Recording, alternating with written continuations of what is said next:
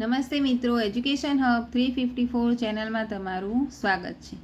તો આજે આપણે શીખીશું ધોરણ 6ની ગણિતની પાઠ્યપુસ્તકનું ચેપ્ટર 5 પાયાના આકારોની સમજૂતી.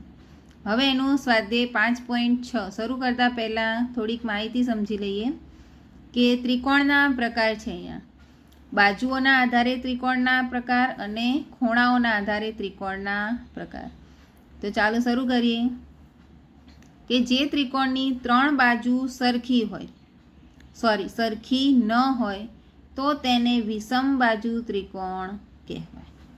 એટલે કે ત્રણેય બાજુના માપ અલગ અલગ હોય તો એ બાજુ ત્રિકોણને આપણે વિષમ બાજુ ત્રિકોણ કહીશું. બીજું છે, જે ત્રિકોણમાં 2 બાજુ સરખી હોય તો તેને સમદ્વિબાજુ ત્રિકોણ કહેવાય.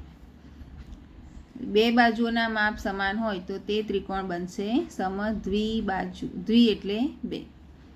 ત્યારબાદ જે ત્રિકોણમાં 3 બાજુ સરખી હોય તેને સમબાજુ ત્રિકોણ કહેવાય.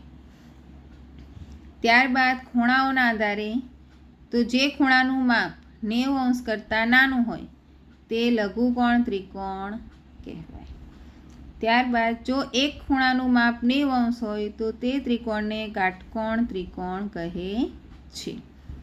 અને જે ત્રિકોણમાં એક ખૂણાનું માપ 90 કરતાં વધુ હોય તો તેને ગુરુકોણ ત્રિકોણ કહેવાય. તો હવે આપણે શરૂ કરીએ સ્વાધ્યાય 5.6 જે આપણે આગળ ત્રિકોણના પ્રકાર શીખી ગયા એના ઉપરથી જ આપણે આ જવાબ લખીશું. પહેલો પ્રશ્ન કે નીચે આપેલા ત્રિકોણના પ્રકારના નામ આપો. તો પહેલી રકમ છે 7 સેન્ટીમીટર, 8 સેન્ટીમીટર, 9 સેન્ટીમીટર બાજુઓના માપ ધરાવતો ત્રિકોણ.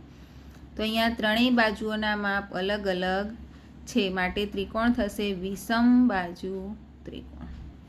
બીજું છે કે ત્રિકોણ ABC જેમાં AB બરાબર 8.7, AC બરાબર 7 સેન્ટીમીટર અને BC બરાબર 6 સેન્ટીમીટર. એટલે કે ત્રણેય બાજુઓના માપ અલગ અલગ છે માટે આ ત્રિકોણનું નામ પણ થશે વિષમ બાજુ ત્રિકોણ. ત્યારબાદ ત્રીજું કે ત્રિકોણ PQR કે જેમાં PQ બરાબર QR બરાબર PR એટલે કે આ ત્રણેય બાજુઓના માપ બરાબર 5 સેન્ટીમીટર. તો બધી બાજુઓનું માપ એક જ સરખું છે માટે બનશે સમબાજુ ત્રિકોણ. ત્યારબાદ ત્રિકોણ DEFમાં જેમાં ખૂણો D બરાબર 90 અંશ એટલે કે એક ખૂણાનું માપ 90 અંશ હોય તો એ ત્રિકોણ કાટકોણ ત્રિકોણ કહેવાય. ત્રિકોણ XYZમાં માપ કોણ Y બરાબર 90 અંશ અને XY બરાબર YZ એટલે કે 2 બાજુઓ સરખી છે માટે એ ત્રિકોણ બનશે સમદ્વિબાજુ ત્રિકોણ. ત્યારબાદનું ત્રિકોણ LMNમાં માપ કોણ L બરાબર 30, M બરાબર 70 અને N બરાબર 80. તો અહીંયા આપણે જોઈએ કે ત્રણેય ખૂણાઓના માપ 90 અંશ કરતાં નાના છે તો એને આપણે કહીશું લઘુકોણ ત્રિકોણ. હવે પ્રશ્ન 2 છે જોડકા જોડો. જે આપણે આગળ સમજ્યા ખૂણાઓના ત્રિકોણના પ્રકાર એના ઉપરથી જોડકાના નામ છે. તો એક બાજુમાં આપણને ત્રિકોણના માપ આપ્યા છે અને બીજી બાજુ ત્રિકોણના પ્રકાર લખવાના છે. તો પહેલું છે કે 3 બાજુઓના માપ સરખા હોય તો સમબાજુ ત્રિકોણ. 2 બાજુઓના માપ સરખા હોય તો સમદ્વિબાજુ ત્રિકોણ. બધી બાજુઓના માપ ભિન્ન હોય, ભિન્ન એટલે અલગ અલગ, તો વિષમ બાજુ ત્રિકોણ. 3 લઘુકોણ હોય એટલે કે ત્રણેય ખૂણા નાના હોય તો એક ખૂણા થશે લઘુકોણ ત્રિકોણ. એક ખૂણો કાટખૂણો એટલે કે 90 અંશનો તો એ બનશે કાટકોણ ત્રિકોણ. એક ખૂણો ગુરુકોણ હોય તો એ થશે ગુરુકોણ ત્રિકોણ. અને છેલ્લું છે કે 2 બાજુ સરખી અને એક કાટખૂણો તો તે થશે કાટખૂણો ધરાવતો સમદ્વિબાજુ ત્રિકોણ. પ્રશ્ન 3 નીચે આપેલા ત્રિકોણના નામ 2 જુદી જુદી રીતે દર્શાવો. હવે અહીંયા પહેલી આકૃતિ આપી છે એમાં બાજુઓના માપ અને ખૂણાના માપ એ બંનેના આધારે આપણે ત્રિકોણના નામ લખવાના છે.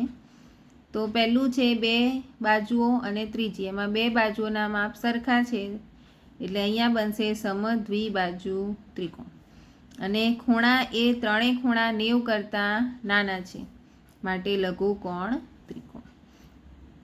બીજી આકૃતિ જોઈએ તો એમાં ત્રણેય ખૂણાના માપ અલગ અલગ છે, માટે થશે વિષમ બાજુ ત્રિકોણ. અને એક ખૂણો કાટખૂણો છે, માટે કાટકોણ ત્રિકોણ.